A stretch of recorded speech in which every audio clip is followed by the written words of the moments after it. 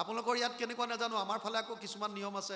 গৰ্ভৱতী মহিলাৰ কেতিয়াবা জ্বলা খাবলৈ মন যায়, কেতিয়াবা টেঙা খাবলৈ মন যায়, হে, আৰু মাকে বনাই দিয়ে, কেতিয়াবা জ্বলা কেতিয়াবা টেঙা, আৰু ডাইৰেক্ট গৈ পেলাই সন্তানটোৰ শৰীৰত যেতিয়া পৰে, কোনোবাই কৈছে মনে মনে সন্তানটোৱে ভাবি থাকে, মাও এতিয়া যিমান জ্বলা টেঙা খুৱাবলৈ মন আছে খোৱা, এবাৰ মোক বাহিৰলৈ আহিবলৈ দে মাত্ৰ, হে, এবাৰ যেতিয়া মই বাহিৰলৈ আহিম ইণ্টাৰেষ্টৰ সৈতে পুৰা তোক ৰিটাৰ্ণ কৰিম। সেইকাৰণে বহুত সন্তানে মাক বাপেকক জ্বলা টেঙা। প্ৰহ্লাদৰ জন্ম হৈছে কিয়?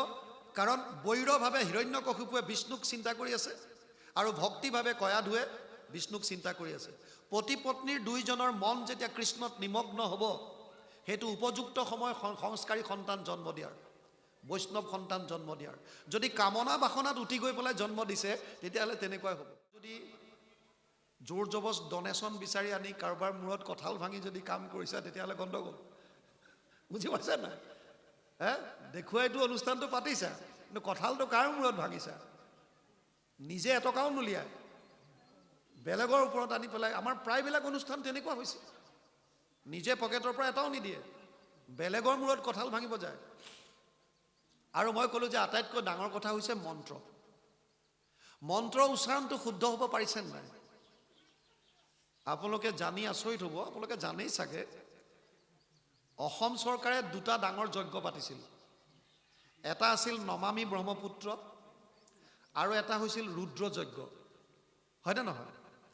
এই দুইটা যজ্ঞত আপোনালোকে তেতিয়াৰ যদি নিউজ পেপাৰ চায়, তেতিয়া পাব যে তাত যিমানবিলাক পুৰোহিত লগাইছিল চব বাহিৰৰ পৰা আনিছে, কাশী বাৰাণসীৰ পৰা আনিছে, হয়নে নহয়? কিয় আনিছে? তাৰ পৰা কি বুজি মানুহ? তাৰমানে অসমত সেই কামভাগ চলাব পৰা তেনেকুৱা উপযুক্ত পুৰোহিত হায়াৰ কেতিয়া কৰে? আপুনি ফুটবল যেনিবা এটা টিম বনাইছে আপোনাৰ গাঁৱৰ, এতিয়া যে হায়াৰ কৰে যে 2-4টা বাহিৰৰ, কিয়? তাৰমানে 2-3টা তেনেকুৱা নাই, হয়তো বেকত খেলা নাই, গতিকে বেলেগ এজন হায়াৰ কৰিছে। ফ্ৰণ্টত খেলা নাই, বেলেগ এজন হায়াৰ কৰিছে। গ'লকিপাৰ নাই, বেলেগ এজন হায়াৰ কৰিছে। নথকা বস্তুহে হায়াৰ কৰে। তেতিয়া যেতিয়া বাৰাণসীৰ পৰা আনিছে, গয়াৰ পৰা আনিছে বা বৃন্দাবনৰ পৰা আনি পেলাই কৰাইছে, তাৰ মানে অসমত প্ৰপাৰভাৱে মন্ত্ৰ উচ্চাৰণ কৰি বৈদিক অনুষ্ঠান কৰিব পৰা তেনেকুৱা বিপ্ৰ নাই। থকা হ'লে কৰিলেহেঁতেন।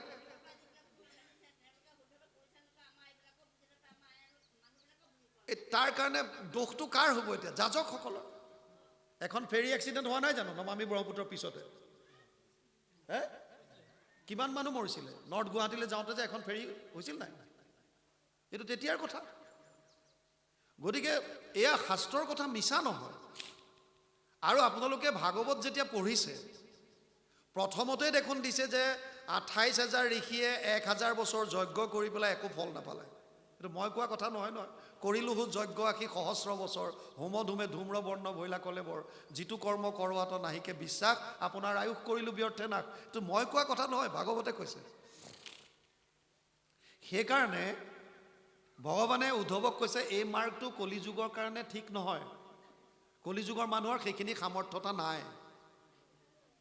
দ্বিতীয়টো আহক জ্ঞান মাৰ্গ। শংকৰাচাৰ্যই লিখিছে জ্ঞান মাৰ্গত এডমিশ্যন ল'বৰ কাৰণে তাত কেইবাটাও বস্তু লাগে। তাৰে ভিতৰত সম দম তিতিক্ষা উপৰতি, এই 4টা মূল বস্তু। প্ৰথমতে দিছে মনৰ ওপৰত সংযম।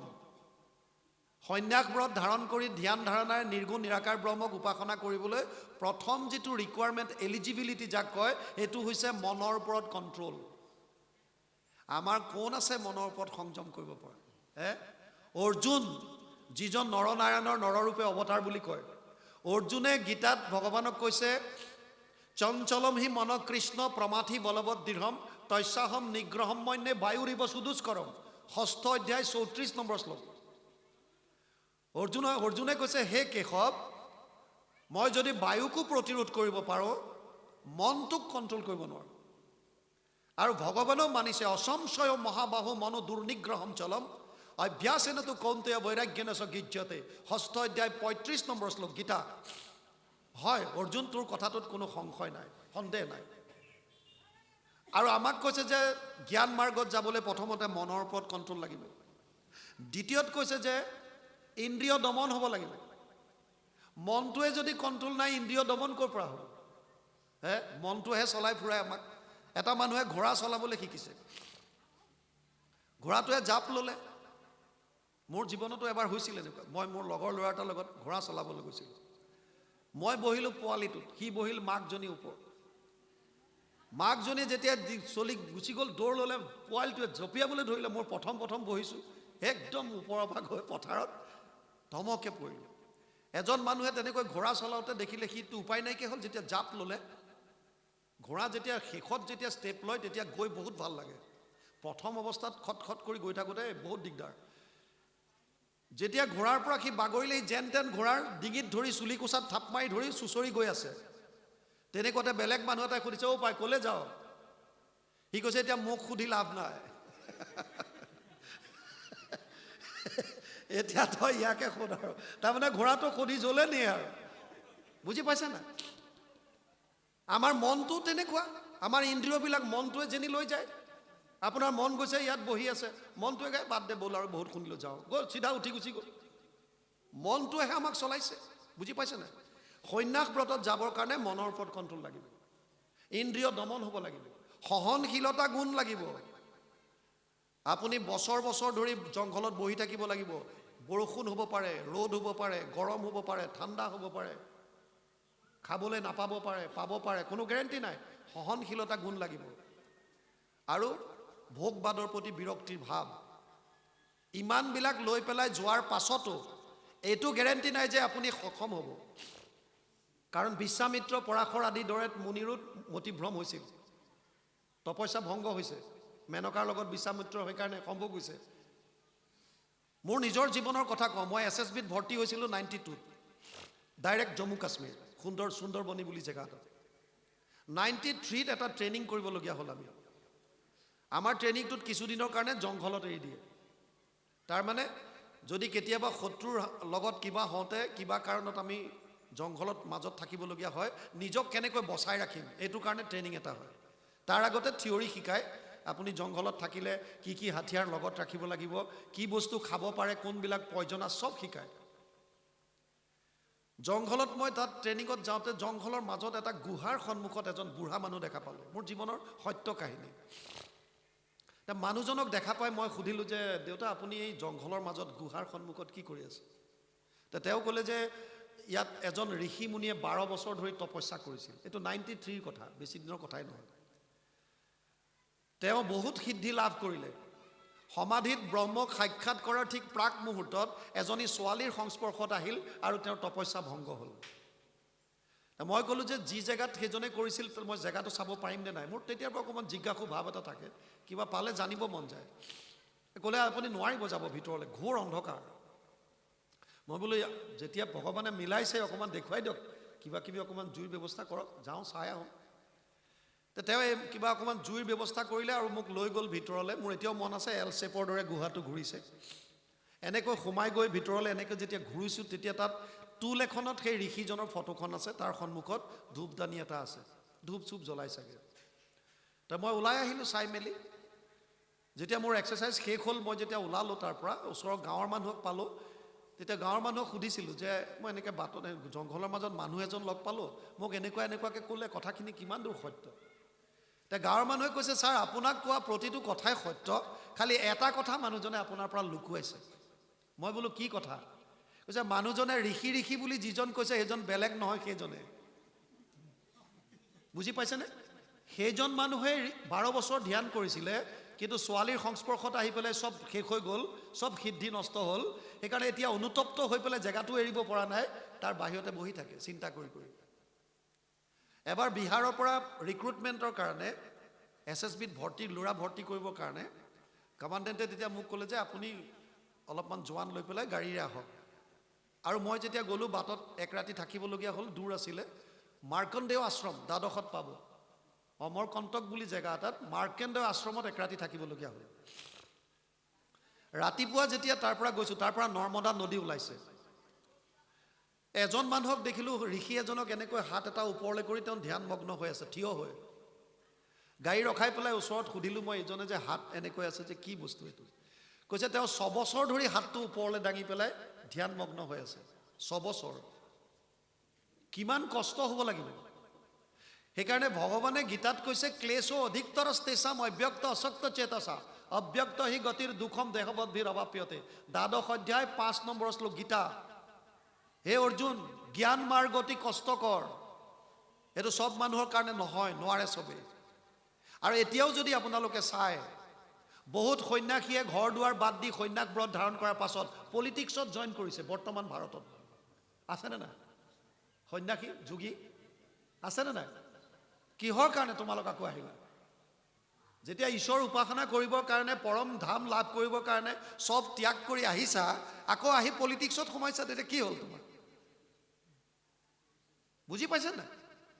বহুত কিজন আছে, মই এজন দুজনৰ কোৱা নাই। কিছুমানে ডাঙৰ ডাঙৰ আশ্ৰম খুলিলে, লোন লৈ লৈ, ডনেশ্যন লৈ লৈ, টকাত আকৌ সোমাল। কি লাভ? আৰু বাকীটো বাদ দিলোঁ মই, এইবিলাক সব বাদ দিওঁ। প্ৰথম স্কন্ধ ভাগৱতত ব্যাসদেৱলৈ চাওক। ব্যাসদেৱে নিৰ্গুণ নিৰাকাৰ ব্ৰহ্মক উপাসনা কৰিছিল আৰু সমাধিত ব্ৰহ্মক সাক্ষাৎ কৰোঁ বুলি লিখা আছে। সেইজন মানুহ, তেওঁ উগুল থুগুল চিত্ত নাহি সুখ শান্তি নজানন্ত কৃষক মনত গুণী গান্তি। অধুমুখে বহি আছে হুয়া নিশ বদ, সেই বেলা তৈতে আখি মিলিল নাৰদ। আছেনে নাই ভাগৱত? যিজনে সমাধিত ব্ৰহ্মক সাক্ষাৎ পাইছে তেওঁৰো শান্তি নাই। গতিকে জ্ঞান মাৰ্গটো আমাৰ কাৰণে, কলি যুগৰ মানুহৰ কাৰণে বিশেষভাৱে ইমান গ্ৰহণযোগ্য নহয়। সেইকাৰণে সহজ সুলভ মাৰ্গ হৈছে, আপোনালোকৰ গাঁৱত ধৰক 100 ঘৰ মানুহ, আইসকলে নিজৰ মাজতে বহি লৈ যদি কৃষ্ণৰ কীৰ্তন কৰে, নাম গায়, জন্মৰ পৰা মৃত্যুলৈকে সব কাম আপুনি পাৰ কৰাই দিব পাৰিব নামৰ মাজেৰে। আৰু আপোনাৰ ভোক লাগিছে, আপুনি নিজে যদি অন্ন ভোজন নকৰে, এতিয়া মেডিয়েটৰ এজনক ক'ব নেকি তই খাই দে মোৰ হৈ? হে, ক'ব নেকি তেনেকৈ যে তই মোৰ হৈ পেলাই খাই দে, মোৰ বিয়াত ভোক লাগিছে? চিধা কথা। আজিকালি সব কোৱালিফাইড ল'ৰা ছোৱালী, চবেই নিজে জানে, মই মোৰ নিজৰ ফলটো যদি বিচাৰিছোঁ, মই নিজে কৰিব লাগিব। আপুনি যদি নিজে নাম নলয়, আপোনাক 5টা জ্ঞানেন্দ্ৰিয় দিছে, আপুনি শ্ৰৱণ কৰক, শুনক, কিন্তু শুনিব লাগিব আপুনি, কীৰ্তন কৰিব লাগিব আপুনি, স্মৰণ কৰিব লাগিব আপুনি। আপুনি যদি নিজে নকৰি ভাবে যে মোৰ হৈ বেলেগে কৰি দিব, এইটো ভক্তি মাৰ্গত এইটো নচলিব। বুজি পাইছে? বাৰু যিকি নহওক, আপোনাৰ বস্তুটো ক্লিয়াৰ হ'ল। ভক্তি মাৰ্গৰ বাহিৰে বৈকুণ্ঠলৈ যাব পৰা গতি কোনো শাস্ত্ৰত দিয়া নাই। বাপ এজনে কৈছে, মৃতকৰ ঘৰত ভাগৱত পঢ়িব পাৰে নে নোৱাৰে? পাৰে। আমি ক'লোঁ 3য় দিনৰ পৰা 10মলৈকে আচলতে শুনাবহে লাগে ঈশ্বৰৰ কথা। কিয়নো ইয়াত চাইণ্টিফিক কাৰণো আছে বা লজিষ্টিক গ্ৰাউণ্ড আছে। এঘৰ মানুহ যেতিয়া ভাগি পৰে, কোনোবা এজন আপোনত্ব যেতিয়া, কাৰণ আধ্যাত্মিকতাত যেতিয়ালৈকে নাহে, তাৰ আগতে বস্তুটোৱে বুজি লওক। আপুনি ট্ৰেইনত টিকেট লৈছে, ক'ৰবালৈ যাব, ধৰি লওক দিল্লী যাব। আপুনি ইয়াৰ AC 2 টায়াৰত টিকেট ল'লে, আৰু আপুনি টিকেট লৈ পেলাই নিজৰ ছিটত বহিলে। এতিয়া দেখা পাইছে তাত আৰু বেলেগো টিকেট লৈছে, আহি আহি আপোনাৰ আশে পাশে বহিলে। AC 2 টায়াৰত 6জন মানুহে 6টা বাৰ্থত অকুপাই কৰিলে। আপোনালোকৰ মাজত এতিয়া বন্ধুত্ব গঢ় ল'লে, কাৰণ দূৰলৈ যাব, 2 দিন ট্ৰেইন লাগিব, 3 দিন যাব। আপোনালোকৰ মাজত এনেকুৱা এটা হৈ গ'ল, আপোনত্ব হৈ গ'ল। চাহ খালেও একেলগে খাইছে, আপেল খালেও একেলগে খাইছে, কথা বতৰা হাঁহি খিকিন্দালি, একেলগে শুইছে, একেলগে খাইছে, এটা পৰিয়ালৰ নিচিনা হৈ গ'ল। কিন্তু আপোনালোকৰ মাজৰ এজনে টিকেট কাটিছে মুজফ্ফৰপুৰলৈকে, আপোনাৰ টিকেট দিল্লীলৈ, কোনোবা এজন লক্ষ্ণৌলৈকে। এতিয়া আপুনি ক'ব নেকি যে মোৰ পৰিয়ালৰ একেলগে যে আহিছোঁ, গতিকে ব'ল এটাইকেইটা দিল্লীলৈ যাওঁ? পাৰিব নেকি লৈ যাব? হে, আপুনি টিকেট য'লৈকে লৈছে তাত আপুনি নামিব লাগিব। আপুনি নানামিলেও তেতিয়াই আপোনাক, আমাৰ জন্ম মৃত্যুটো তেনেকুৱা। যিটো টিকেট লৈছোঁ সেইটোৱে হৈছে প্ৰাৰব্ধ। কোন ক্লাছত টিকেটটো লৈছে? ফাৰ্ষ্ট ক্লাছ লৈছেনে, শ্লিপাৰ ক্লাছ লৈছেনে, হে, ক'ত লৈছে? এইটো প্ৰাৰব্ধ, আপুনি লৈ আহিছে। আয়ু কৰ্মম চ বিত্তম চ বিদ্যা নিধনম এবচ পঞ্চৈতস্য সৃজন্তে গৰ্ভস্থস্য দেহিনাম। 5টা বস্তু মাকৰ গৰ্ভত থাকোঁতে সন্তানৰ ফাইনেল হয়।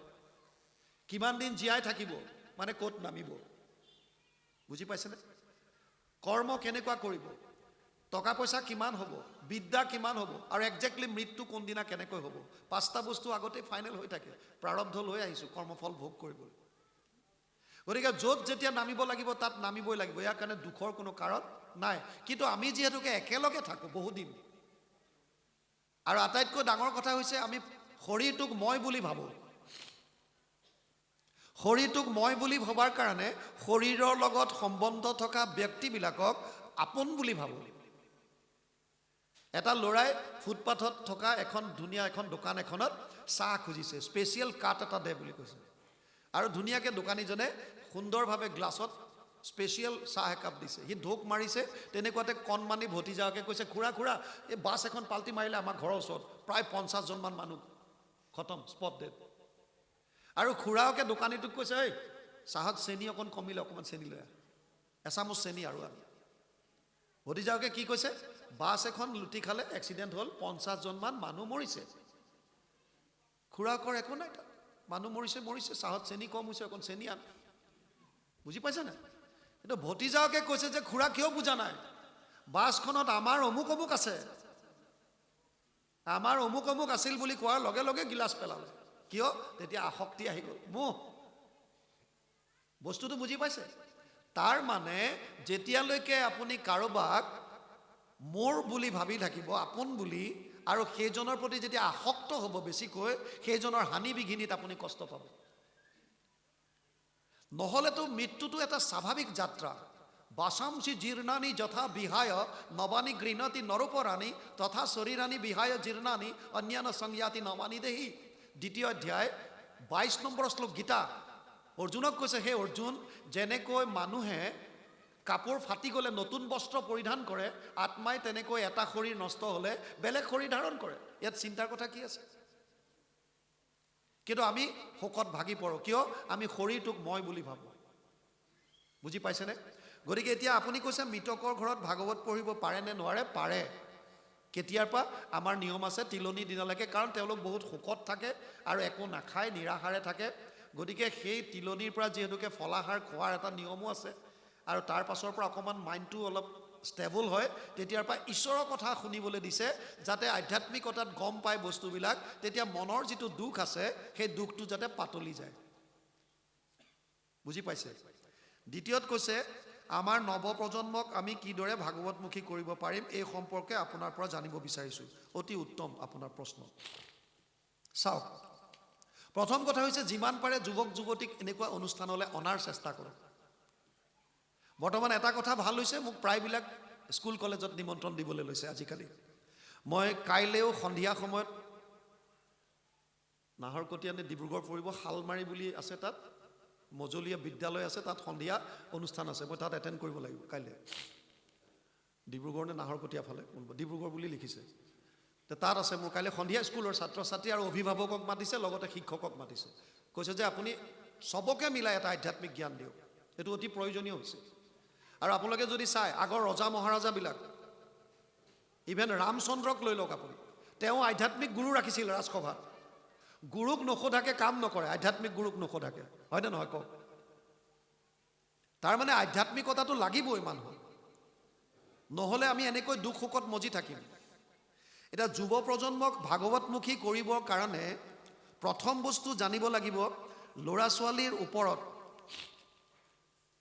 সংস্কাৰৰ কাৰণে কেইটামান বস্তুৱে ক্ৰিয়া কৰে। যিটো সংস্কাৰ বুলি আমি কওঁ, 5 ধৰণৰ সংস্কাৰ আহে। এক হৈছে আত্মাৰ আদি সংস্কাৰ, আত্মাৰ আদি সংস্কাৰ। দ্বিতীয় হৈছে পূৰ্ব জন্মৰ পৰা পোৱা সংস্কাৰ। তৃতীয় হৈছে মাক বাপেকৰ পৰা পোৱা সংস্কাৰ। চতুৰ্থত হৈছে পৰিৱেশৰ পৰা পোৱা সংস্কাৰ। পঞ্চমত হৈছে নিজে গঢ় দিয়া সংস্কাৰ। আত্মাৰ আদি সংস্কাৰটো কেনেকুৱা? আত্মা ভগৱানৰ অংশ। মামে বংশ জীৱলোকে জীৱভূত সনাতন, ৫ম অধ্যায় 7 নম্বৰ শ্লোক গীতা। অৰ্জুনক কৈছে, সেই অৰ্জুন, যিমান জীৱ আছে চব মোৰ অংশ। আপুনি সাগৰলৈ গৈ তাৰ পৰা যদি এবটল পানী আনে আৰু লেবৰেটৰীত যদি টেষ্ট কৰে, তেতিয়া লেবৰেটৰীত টেষ্ট কৰিলে তাত যি যি কোৱালিটি পাব, তাৰ পৰাই আপুনি সাগৰৰ কোৱালিটিটো গম পাবনে নাই? আপোনাৰ যেতিয়া অসুখ হয়, যেতিয়া কোনোবা লেবৰেটৰী টেকনিচিয়ানে আপোনাক, যেতিয়া কোনোবা ডাক্তৰে লিখি দিয়ে ব্লাড টেষ্ট কৰিব লাগিব, তেতিয়া কি হাত ভৰি কাটি গোটেই তেজ সোপা উলিয়াই পেলাই নেকি? যে আপোনাৰ তেজ পৰীক্ষা কৰিবলৈ দিছে, হাতটো কাটো, গোটেই উল্টাই দিলোঁ, গোটেই তেজ শেষ নোহোৱালৈকে আপোনাক নেৰো, তাৰপিছত তেজ পৰীক্ষা কৰিম, তাৰপিছত দেখা যাব, এনেকুৱা কৰে নেকি? নকৰে। এটা চিৰিঞ্জত মাত্ৰ তেজ লয় অকণমান। সেই টেষ্টখন পৰীক্ষা কৰিয়ে গম পাই যায় গোটেই আপোনাৰ ব্লাডত কি কমি বেছি আছে, হয়নে নহয়? তাৰ মানে কি? তাৰ মানে যিহেতু আমি ভগৱানৰ অংশ, গতিকে ভগৱানৰ যিখিনি গুণ আছে, যিখিনি কোৱালিটি আছে, সেইখিনি আমাৰ লগতো আছে, আত্মাৰ। বুজি পাইছে? 7টা মূল কোৱালিটি: পিয়ৰিটি, পবিত্ৰতা, আত্মাই পবিত্ৰতা ভাল পায়। পিচফুলনেছ, আত্মাই শান্তি ভাল পায়। আপুনি জাক জমকতা বিয়া বাৰু ফাংচনত নাচি বাগি বহুত সময় থাকে নহয় কোনোবা, কিমান সময়? 1 ঘণ্টা, 2 ঘণ্টা, 3 ঘণ্টা, তাৰ পাছত কি কয়? এই বাদ দেৰ হৈ গ'ল, মই একদম এতিয়া হাল্লা নকৰিবি দেই, মই অকণ শান্তি বিচাৰিছোঁ, কয় নাই? কিয় বিচাৰে? আত্মাই বিচাৰিছে শান্তি। আৰু পিয়ৰিটি, পিচফুলনেছ। তাৰপিছত আহিছে পাৱাৰ। আত্মা হৈছে অতি শক্তিশালী, আমি গম নাপাওঁ কাৰণে। আত্মাৰ বহুত জ্ঞান আছে, নলেজেবল। আত্মাই আনন্দ ভাল পায়, আত্মাই প্ৰেম ভাল পায়, আৰু আত্মাই সদায় সত্যতা বিচাৰে, সততা। এইটো 7টা কোৱালিটি আত্মাৰ আছে। আমাৰ প্ৰত্যেকৰ সেইকাৰণে এইকেইটা কোৱালিটি আছে। চোৰে চুৰ কৰি আনিলোঁ, যেনিবা 3টা চোৰে ক'ৰবাত সিন্ধি মাৰিলে, বস্তু ঢেৰ আনিলে, অনাৰ পাছত ভাগ কৰোঁতে সিহঁতে কয় যে সমানে সমানে 3 ভাগ কৰ। সিহঁতৰ মাজত সততা আছে। বেলেগৰ ওচৰত নকৰে বেলেগ কথা, সিহঁতে কয় যে সমানে 3 ভাগ কৰিবি, খেলি মেলি নকৰিবি। কিয়? সততাটো ৰাখ। বুজি পাইছে না? সিহঁতৰ মাজত এইটো আছে, আত্মাৰ সততা আছে। আমি বেলেগৰ কাৰণে ধোকাদাৰী কওঁ বেলেগ কথা। আপুনি কোনোবাই ফাঁকি দিয়াটো বিচাৰে নেকি? আপুনি বিচাৰে নেকি যে মোক কোনোবাই ফাঁকি দিয়ক? কোনেও নিবিচাৰে। আপুনি বিচাৰে নেকি যে আপোনাক কোনোবাই বেয়া পাওক? নিবিচাৰে। আপোনাক ভাল পোৱাটো বিচাৰে। কিয়? আত্মাই বিচাৰিছে। দ্বিতীয় হৈছে পূৰ্ব জন্মৰ পৰা পোৱা সংস্কাৰ। আগতে আপুনি কি আছিল? কুকুৰ, মেকুৰী, গাধ, ঘোঁৰা, যিয়ে নাথাকক কিয় তাৰ এটা সংস্কাৰ আহে। অৰ্জুনে যেতিয়া কুৰুক্ষেত্ৰত গৈ পেলাই ক'লে যে মই যুদ্ধ নলওঁ, মই নকৰোঁ, তে ভগৱানে কৈছিল ক্লেব্যম মাস্ম গম পাৰ্থ নেই তত্ত্বই উপপাদ্যতে ক্ষুদ্ৰ হৃদয় দৌৰ্বল্যম ত্যক্ত উত্তিষ্ঠ পৰন্তৱ। 2য় অধ্যায় 3 নম্বৰ শ্লোক গীতা। হে অৰ্জুন, তই নপুংসকৰ দৰে কথা নকবি। উঠা, ধেনু উঠা, গান্ধীৱ উঠা, খাৰা হ, যুদ্ধ কৰ। নপুংসক বুলি কিয় ক'লে? কাৰণ কুৰুক্ষেত্ৰৰ যুদ্ধত 1 বছৰ অজ্ঞাতবাসত অৰ্জুন কি হৈ আছিল? নপুংসক হৈ আছিল। বৃহন্নলা বিৰাট ৰাজ্যত আছিল, উত্তৰাৰ মিউজিক শিক্ষক হিচাপে। সেইকাৰণে তাক কৈছে তই সেইটো পাহৰাই নাই নেকি? তই যে নপুংসক আছিল, এতিয়াও তেনেকুৱা কৰিছ। এইবিলাক ইয়াত নৃত্য কৰিব নালাগে যুদ্ধত। ইয়াৰ যুদ্ধত তোৰ নৃত্যৰ কাম নাই, যুদ্ধ কৰ। আমাৰো এটা পূৰ্বজন্মৰ এটা প্ৰভাৱ পৰে ল'ৰা ছোৱালীৰ ওপৰত। তৃতীয় হৈছে পিতৃ মাতৃৰ পৰা। সন্তান এটা জন্ম দিয়াৰ প্ৰাক মুহূৰ্তত বাপেকৰ মানসিক স্থিতি কেনেকুৱা, মাকৰ কেনেকুৱা? দৈত্যকুলত প্ৰহ্লাদৰ জন্ম হৈছে। কিয়? কাৰণ বৈৰভাৱে হিৰণ্যকশিপুৱে বিষ্ণুক চিন্তা কৰি আছে, আৰু ভক্তিভাৱে কয়াধুৱে বিষ্ণুক চিন্তা কৰি আছে। পতি পত্নীৰ 2জনৰ মন যেতিয়া কৃষ্ণত নিমগ্ন হ'ব, সেইটো উপযুক্ত সময় সংস্কাৰী সন্তান জন্ম দিয়াৰ, বৈষ্ণৱ সন্তান জন্ম দিয়াৰ। যদি কামনা বাসনাত উঠি গৈ পেলাই জন্ম দিছে, তেতিয়াহ'লে তেনেকুৱাই হ'ব। বুজি পাইছেনে নাই? বহুত কথা জানিবলগীয়া আছে, এইবিলাক সময় আজি নহ'ব। সেইটো হৈছে মাক বাপেকৰ পৰা। বাপেকে যিটো সময়ত সৃষ্টিকাৰ্যত আগবাঢ়িছে, সেই সময়ত মানসিক স্থিতি কেনেকুৱা? কামনা বাসনাত লিপ্ত হৈ গৈছে নেকি? আইগৰাকীয়ে গৰ্ভ ধাৰণ কৰি থাকোঁতে তেওঁ 5টা জ্ঞানেন্দ্ৰিয়ৰ দ্বাৰা কি জ্ঞান আহৰণ কৰিছে? এই টিভিত শাহু বোৱাৰীক কাজিয়া পেচাল চাই আছে, গিৰিয়েক ঘৈণীয়েকৰ সন্দেহা সন্দেহী চাই আছে। আজিকালি চিৰিয়েল এইবিলাকে। ভাল চিৰিয়েল ক'ত বনাইছে? কেৱল সেইবিলাক দেখুৱায়, সেইবিলাকে চাই চাই হাঁহি থাকে। যদি সেইবিলাক জ্ঞান লৈ আছোঁ, তেতিয়া তাৰ প্ৰভাৱটো ডাইৰেক্ট গৈ পৰি আছে নাই গৰ্ভত? যিডাল নাৰীৰ লগত, মাকৰ লগত সন্তানৰ সংযোগ হয়, সেই নাৰীডালক আপ্যায়নী নাৰী বুলি কয়। এই 10 মাহ 10 দিনত আইগৰাকীয়ে যি ভোজন কৰে, তাৰ প্ৰভাৱো সন্তানটোৱে ভুগিবলগীয়া হয়। আপোনালোকে জানি আচৰিত হ'ব, 5 মাহলৈকে সন্তানটোৰ শৰীৰৰ চৰ্ম নাহে। 5 মাহতহে হয়, 5 মাহৰ পিছত। আৰু মাকে যেতিয়া কিবা জ্বলা টেঙা খাই দিয়ে, প্ৰত্যেকটো জোল গৈ পেলাই ৰসবিলাক গৈ শৰীৰটোত পৰে আৰু চিঞৰি উঠে, বহু অপি ময়া দৃষ্টা যোনিধাৰম পৃথক পৃথক গৰ্ভবাস মহাদুঃখ ত্ৰাহিমাম মধুসূদন। হে মধুসূদন, মোক ৰক্ষা কৰা। এই অকণমান ইউটেৰাছত জৰাসুইত মই কিমানকৈ বিষ্ঠা মূত্ৰৰে ঘেৰাও কৰি ৰাখিছে, তাত আছোঁ পৰি, কিমান কষ্ট পাইছোঁ। আপোনালোকৰ ইয়াত কেনেকুৱা নাজানো, আমাৰ ফালে আকৌ কিছুমান নিয়ম আছে, গৰ্ভৱতী মহিলাৰ কেতিয়াবা জ্বলা খাবলৈ মন যায়, কেতিয়াবা টেঙা খাবলৈ মন যায়, হে, আৰু মাকে বনাই দিয়ে, কেতিয়াবা জ্বলা কেতিয়াবা টেঙা, আৰু ডাইৰেক্ট গৈ পেলাই সন্তানটোৰ শৰীৰত যেতিয়া পৰে, কোনোবাই কৈছে মনে মনে সন্তানটোৱে ভাবি থাকে, মাও এতিয়া যিমান জ্বলা টেঙা খুৱাবলৈ মন আছে খোৱা, এবাৰ মোক বাহিৰলৈ আহিবলৈ দে মাত্ৰ, হে, এবাৰ যেতিয়া মই বাহিৰলৈ আহিম ইণ্টাৰেষ্টৰ সৈতে পুৰা তোক ৰিটাৰ্ণ কৰিম। সেইকাৰণে বহুত সন্তানে মাক বাপেকক জ্বলা টেঙা খুৱাই থাকে।